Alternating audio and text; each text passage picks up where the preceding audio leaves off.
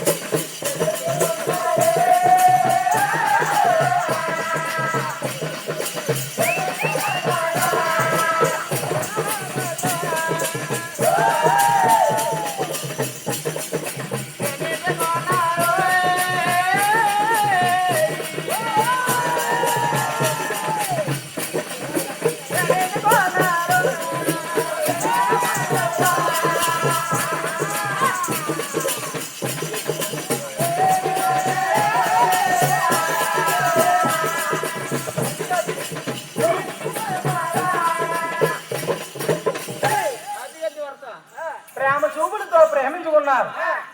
ఉసిరి చెట్టు కాడ ఉసు కలిసాను, మల్లి చెట్లు కాడ మాట కలిసాను, బంతి వర్మంలో బంతాడుకుంటూ ప్రేమ చూపులతో ప్రేమించుకున్నారు గోవిందా.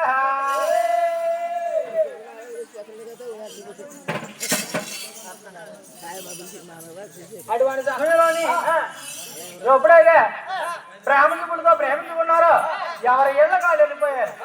అక్కడ చూడగా పద్మావతి దేవి ఎప్పుడైతే ఇంటికి వెళ్ళిపోయిందో ఉప్పు మంచాల్లో కూడబడిపోయి శ్రీనివాస శ్రీనివాస శ్రీనివాస అంటున్నారు. కాళ్ళ బాబుజీ గారు బుచ్చరాజుపేట గ్రామం కాపురస్తులు, బుచ్చరాజుపేట గ్రామ గురువు గారు, మా అన్నయ్య గారు ఆడగారు తల్లి పేరు చెప్పి, సీతాజీరాముని పేరు చెప్పి, రామనోకాల తల్లి పేరు చెప్పి, శ్రీ నోకదాత పేరు చెప్పి 1,110 రూపాయలు కానుకలేం పేరు పోయిందా.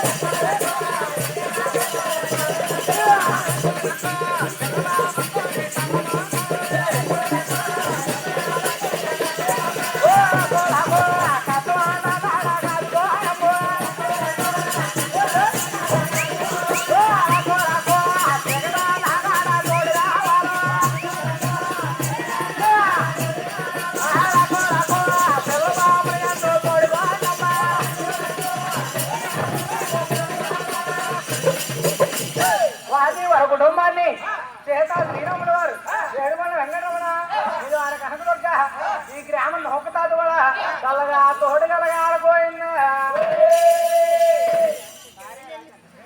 మహారాజు భార్య రాజన్న గారు మా వారి పేరు చెప్పి బ్రదర్ పేరు చెప్పి 7 గంటలు నా పేరు చెప్పి సభలో హుడబారులో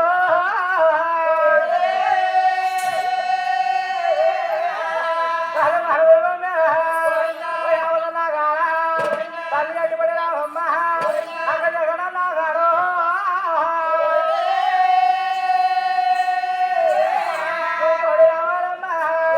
వాడి కష్టమన్నా కాదా నువ్వు కాదుకోగలగమ్మా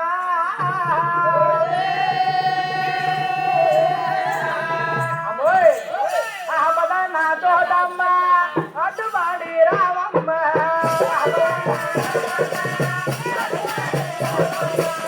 ఆపద నా తోటమ్మ అడ్డుపాడి రామమ్మ